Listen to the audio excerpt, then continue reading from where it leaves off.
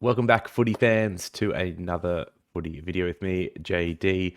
Trade period is just concluded, and I'm going to give you my initial take on how each team did during the trade period. Kind of talk through the logic a little bit. So, just got the tier maker up here.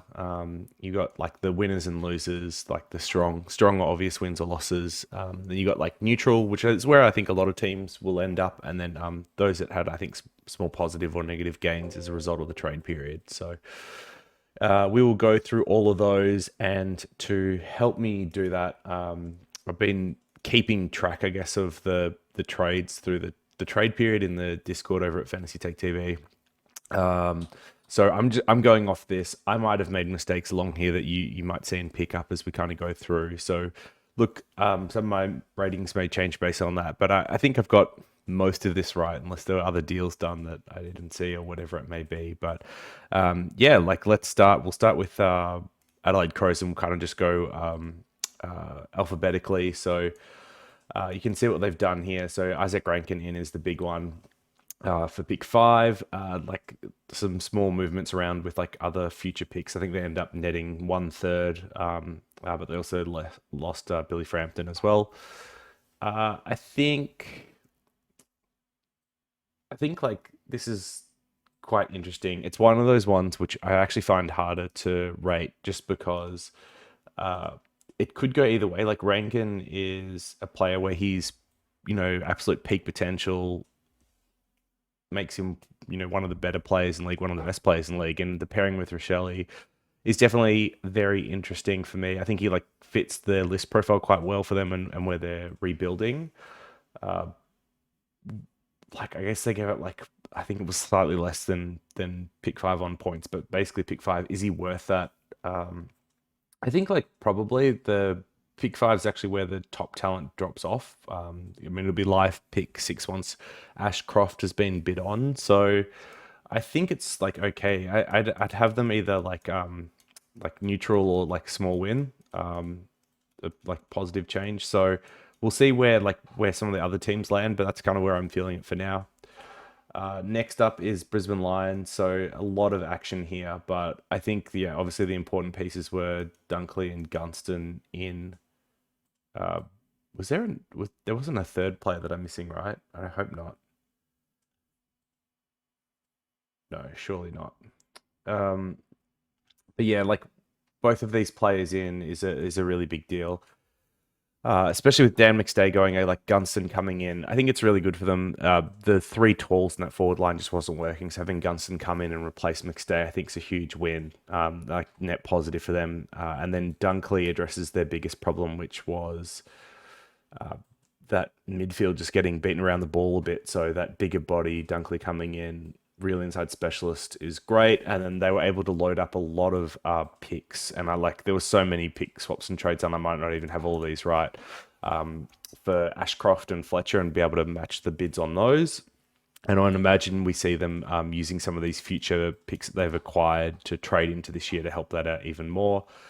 Yeah, they gave up a bit, like pick 15, a future first. But overall, like I think Brisbane is one of the absolute best, the best from this period. Like they're a huge winner, huge winner. The trades they like didn't have to pay very much to acquire some of these really good pieces. Like Gunston was cheap, Dunkley was cheap, and it also really helps with where they're going in their premiership window. So yeah, this is like very, very, very strong.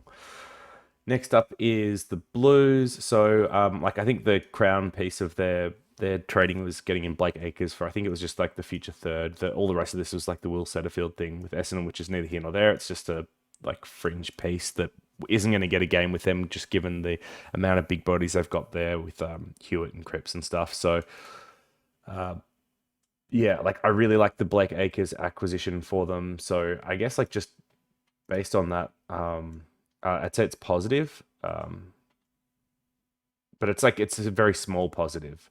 So compared to someone like Crows, right? Like this has the potential to be up here or down here. I think it's around here somewhere, where like I don't think the Blues trade period is like ever got that upside potential that the Crows did. But yeah, it's like a small positive as well. Let's leave it for here. That might get moved up as we fiddle some things around. Next up is the Pies. So. Tom, like there was lots of stuff that went on here.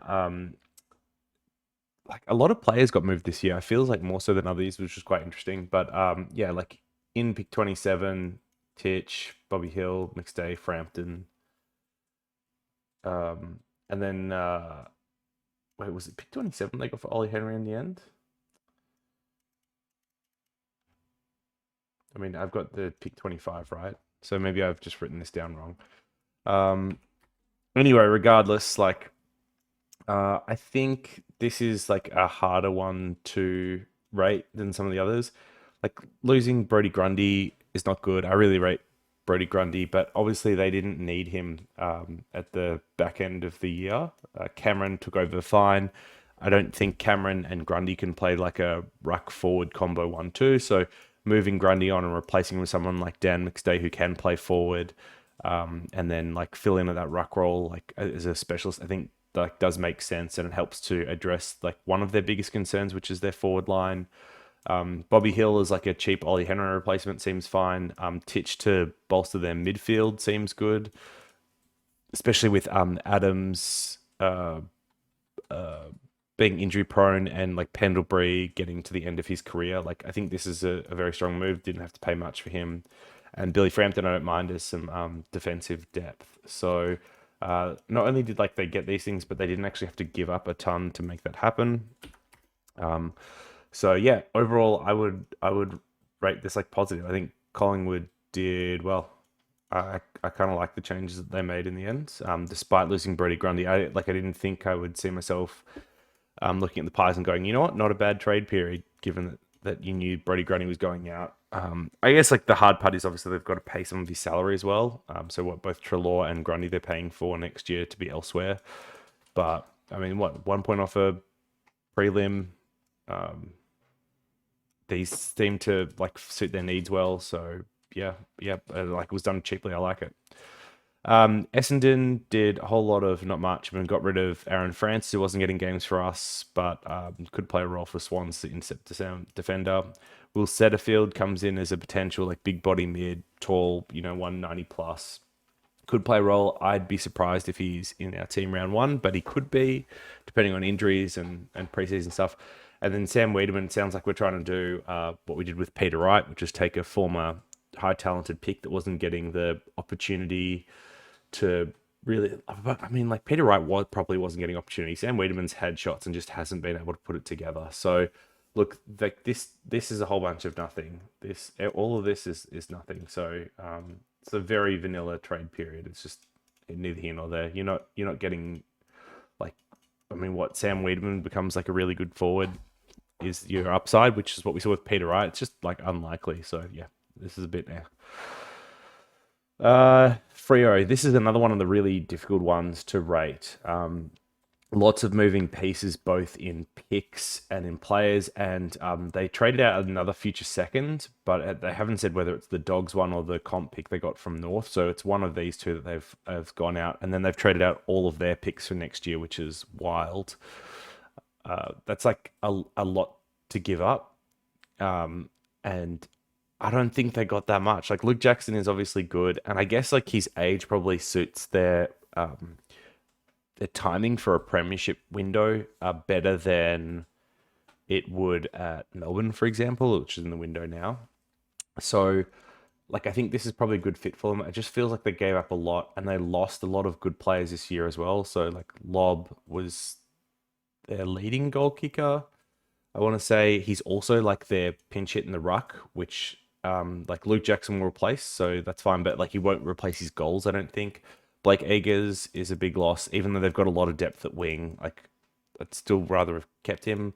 Logue, I think is a bad loss as well. Although like just once again, like I mean, some of these players are all fringe, right? And I think losing one, even Lloyd Meek, like losing one or two fringe players in an off season isn't bad. Losing all of them is, because all of a sudden, like if you have injuries, you lose a lot of depth. And so like Lloyd Meek and Rory Lobb going, for example, you've got Darcy and Luke Jackson rucking and forward, which is fine. But if one of those goes down, then who's pinch hitting? Like it's just, it's not great. I I think the Josh Corbett pickup's fine. The Jaeger Mira pickup is a bit of a strange one because once again, I don't really think he fits into their premiership window that well. I don't rate him that highly. So I don't love that as a pickup. Like you already got Brody off the recycle heap. Do you really want to add in Amira as well? Yeah, and I feel like they gave up like a fair bit. Even though they did get a lot of this future stuff back, especially these ones from North, will end up being, you'd imagine, pretty good picks. But I think I'm trending for this being a negative, which is surprising given that they got in Luke Jackson. There's a lot that they've lost here. I think it's going to set them back a year or two. Could be wrong. And then there's like the problem, like you also gave up future firsts and stuff. So you don't have draft capital for the next 2 years. No first round this pick this year or next year. Yeah, they're banking on a lot that Luke Jackson pans out.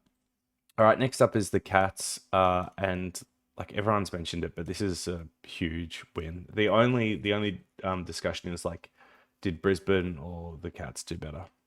I think that's really the only thing to discuss. So they gave up a little bit here, yeah, for sure. But I mean, they ended up with a higher top 10 pick, which they're hoping to turn into Jai Clark, I presume, and then 3 other ex first round picks. Henry and Brun both in the last couple of years. Bo's obviously a bit longer, but came with that pick 7. They gave up Cooper Stevens, whatever, and then a bunch of seconds and thirds in the future. So, yeah, like this is obviously a really good trade period. Did they do better than Brisbane?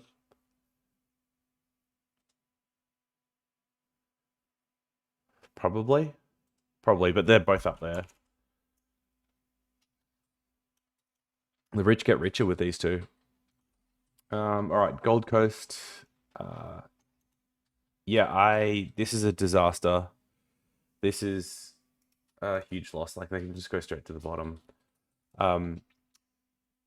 So like just looking at the like rough picks and the points value, they're about the same.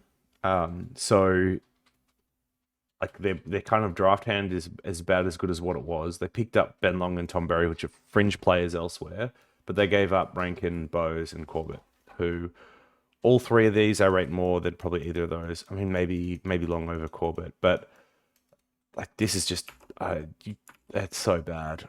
And I know they're doing stuff like getting the salary cap in a better place and all that type of thing. Like, and I get it, but if you're losing Rankin, who should be a reasonably hard, yeah. Anyway, it's been talked about a lot. This is just awful. I think like they achieved their own goals that they set out to achieve, which is not bad, right? Like fixing up some of that salary cap stuff, but just it's the fact that you get into a situation where you have to do this is just awful. All right, GWS. I think the only debate here is like how big of a loss this is. It's probably like right at the bottom as well. Not as bad as the Suns, but if you look at like the value of these picks, I think I had it somewhere of them kind of ending up with the points value of like an extra pick 1 and then like a pick 20-ish.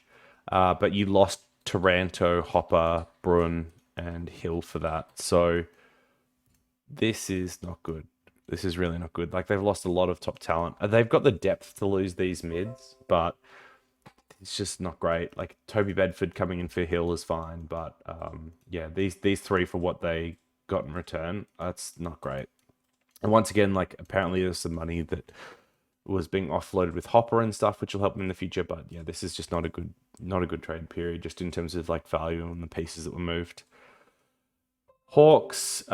So the theory behind, I guess, what they're doing here, I somewhat like Cooper Stevens is definitely someone that could help them in the midfield, especially with Amira and Mitchell going. Meek looks like he could be their number 1 ruck from the start of next year, which is, great given that not a ton was paid. And then Carl Amon they signed as well, who should be a good wingman. So I like all these acquisitions and what they're doing here. And then they've obviously acquired extra draft capital on top of that. I think the big problem with this is that they've lost a lot of experience. I think it's over 1,000 games between these 3, Shields and McAvoy, the last two retiring. And it just feels like this is at really big risk of them cutting too deep into the top end of their profile, which is a big problem we've seen with Essendon over the last couple of years. You just don't have those leaders around the club and in the team that really do make a difference. They have got a lot of games in some of the young guys already, and I do rate Sam Mitchell as a coach, but I think like they may have just gone a little bit too aggressive here. So I give this a negative overall, even though I think like the pieces they moved around are somewhat fine. And like I like their acquisitions. I think these could all be contributors for them, but yeah, just I think they cut into their list a little bit too hard. D's, I think this is a loss. So let's talk about it. So obviously the big one was losing Luke Jackson, which and like getting in Grundy as a replacement, which for a team in their premiership window, I don't mind at all. I think Grundy's a better player than Luke Jackson is right now. And you know, people look about like, well, Luke Jackson could play forward and Grundy, you know, isn't very good forward. But Luke Jackson isn't very good forward at the moment either. So like, I don't think there's that big of a difference, but Grundy's a much better ruck right now when they're in the premiership window. I think Hunter and Shaki are interesting pieces. Like Hunter as a Hunter replacement makes a lot of sense, and Shaki as a Wiedemann replacement makes sense as well. And they've like lost Bedford, and then they picked up a bit of draft capital. So like in terms of the players that have moved in and out, I can kind of see them like drawing even. And honestly, if I didn't know anything else about Melbourne, I'd probably say this is a win overall. But I think what we saw this year is that they had a big lack of forward presence. And even though like I like the acquisition of Grundy, it doesn't solve it. None of this stuff solves it. So when you've got Geelong getting stronger, you've got Brisbane getting stronger, and these are two of your main competition, have you addressed your weaknesses? And I don't see that here. So I think that this is a small loss, even though like once again the trades, I don't think they like did badly on any of the trades or anything like that. It's just I don't like what they did here.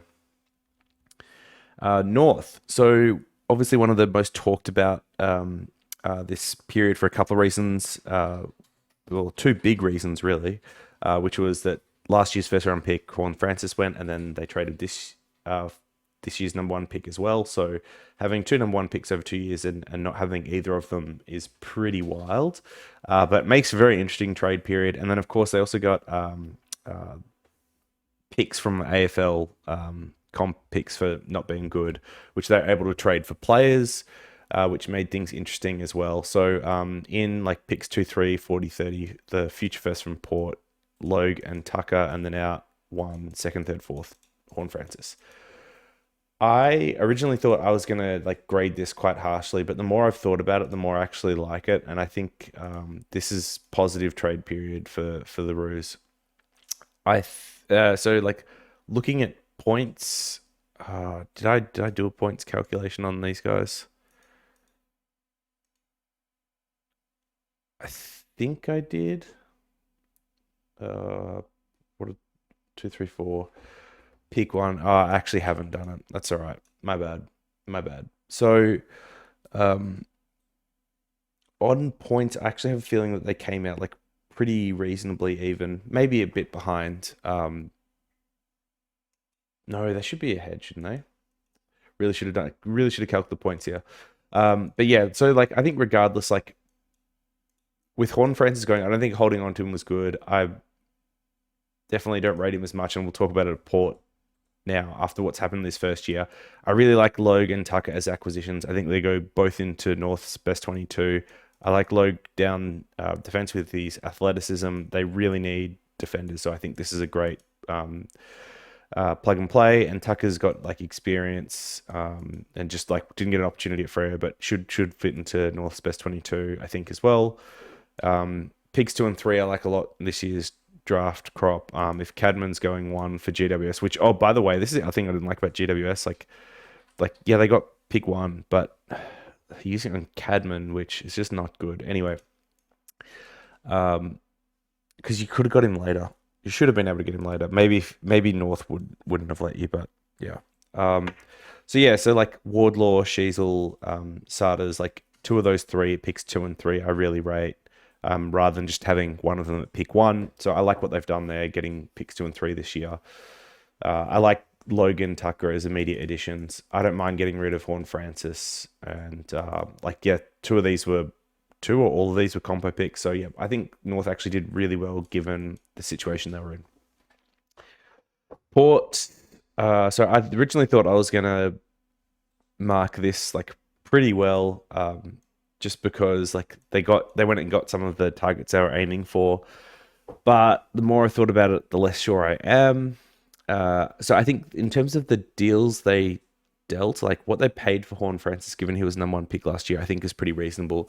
I've just cooled on Horn Francis as a player. Like maybe moving him to a new environment will help him kind of reach the player that we saw at his top year. I just think it's a pretty major red flag that in his first year he had multiple disciplinary problems when like professionalism was part of the package that you thought you were getting with Horn Francis, that competitiveness, that professionalism. It just didn't show up in year 1.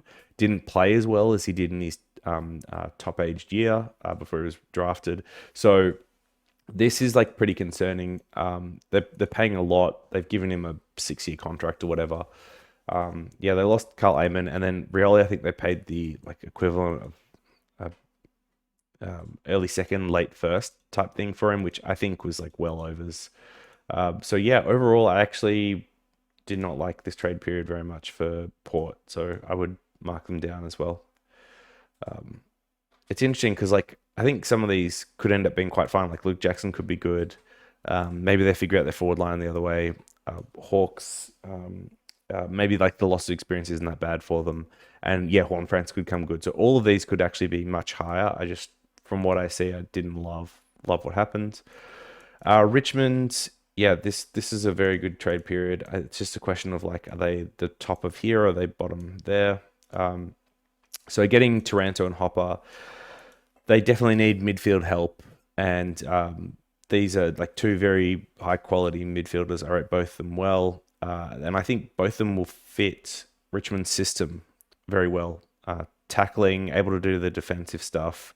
Their disposal is probably their knock, but it's also the thing that the Richmond game plan doesn't require necessarily lots of players to be a lead on. You can kind of just hack it forward and that be okay to do the game plan. So, I like both those acquisitions. I thought they didn't give up very much for what they got. This is a big tick for Richmond. It's just a matter of like how positive you put that up there. Saints did basically nothing. It's as neutral as you get. Up there with Essendon. Swans, very much the same boat as well. Like, just didn't do anything. They got Francis, who they see is, I think, like a depth intercept defender. Hopefully they can revamp him and kind of get him back to what his potential was when he was drafted. But yeah, not great. And then West Coast. So split pick 2 into 8 and 12, which I think is pretty good. Like, the player that they want from WA is like obviously going to be there at 2, but they think they can get him at 8 and then also have another pick as well. And if you're worried about flight risk, especially when these teams are rebuilding, which is what I imagine, like the flight risk is probably the greatest. Like it's just, you're away from home and the team's not doing well. That's what makes it particularly hard. Then I can see why they'd want to go homegrown talent for some of these as well. On points, I think this ended up being all right. And as I mentioned, like I think they ended up getting about a end of first round value for Junior Rioli, which is very good because I don't think he's worth that much, to be honest. So overall, I actually gave West Coast, I think I'm going to give them a small positive, like the back end of the positive range. Maybe that goes there.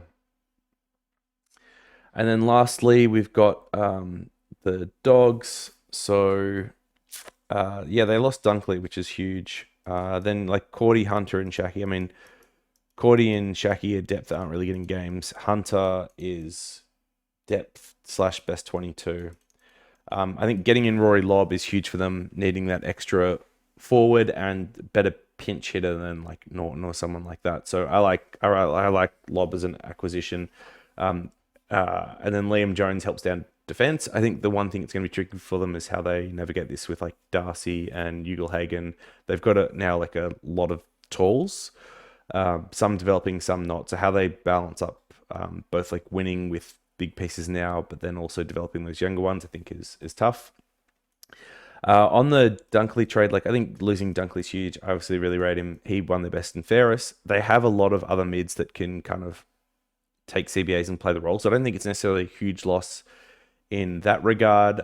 But I like they didn't get very much and gave up a bit to have that move on. So obviously Essendon offered more for him a couple of years ago. But like, yeah, this deal I think was really unfair. Brisbane, it was one of the more lopsided trades I felt. I mean, if you like Bose is the most lopsided trade, I think that one was probably close to second most. So you can probably tell, but like I think this is a negative trade period for the Dogs. All right, so I think that's how I would rate. Just like, I mean, just a footy fan, so it's just my perspective based on what I've seen and my understanding of the game. But yeah, so Cats, Lions, and Tigers is kind of like on the border between these two. I think all had like really strong trade periods, and all will really help them kind of advance their case for another premiership flag, given they're all in the window and still aiming for that at the moment. North and West Coast actually liked that they split their picks. Yeah, I don't know, maybe that's just a bit of a bias, but I think the players that they moved around, the value they got, I liked it. I think it was good for them. And Pies, yeah, I think like, I don't know, maybe I could have them more down neutral than up here. It's probably the back end. But I think like this is okay. What they did was okay for them. They're in a very like interesting position where they like outperformed this year massively. They've got a bunch of older talent about to leave, some gaps in the list, but also some good youth coming through. Like, this is just hard. Like losing both Henry and Grundy is pretty big. I don't know. Maybe I'll just put it down neutral. Yeah, a lot of these teams just did nothing. In fact, all of them did nothing apart from the mighty Crom. And so the question is like, do you rate Rankin for pick 5 as a good deal or not? It's probably fair value. So let's just leave them neutral. On the negative, we touched on this already, but a lot of these I think could be positive. It's just some of the pieces that were moved. I didn't necessarily like. Hawks cut too deep. Melbourne didn't address their biggest need. Dogs lost Dunkley, which is pretty bad, and like for bad value too. And then yeah, Suns and Giants. I mean, goes without saying, but some poor decisions in the past have kind of bit them now, and that's why they end up at the bottom, at least from my perception. So, I mean, as always, a lot of this changes based on how the draft picks and the capital they acquired ended up using, whether the players they traded come to, fruition and all that jazz. But yeah, just an outsider's perspective on how each club did. But yeah, let me know what you think. Who would you have had rated like a higher or lower than this? Is there anyone you feel like I particularly messed up or you'd rate quite differently? Otherwise, I'll see you in the next video. There's a couple that have come for me. I've finally got my fantasy hat, so I'm going to do an unboxing video for that, and then I'm also hopefully going to do a like super coach video on the most relevant players that have moved through the trade period. So that'll hopefully be coming soon. Thanks.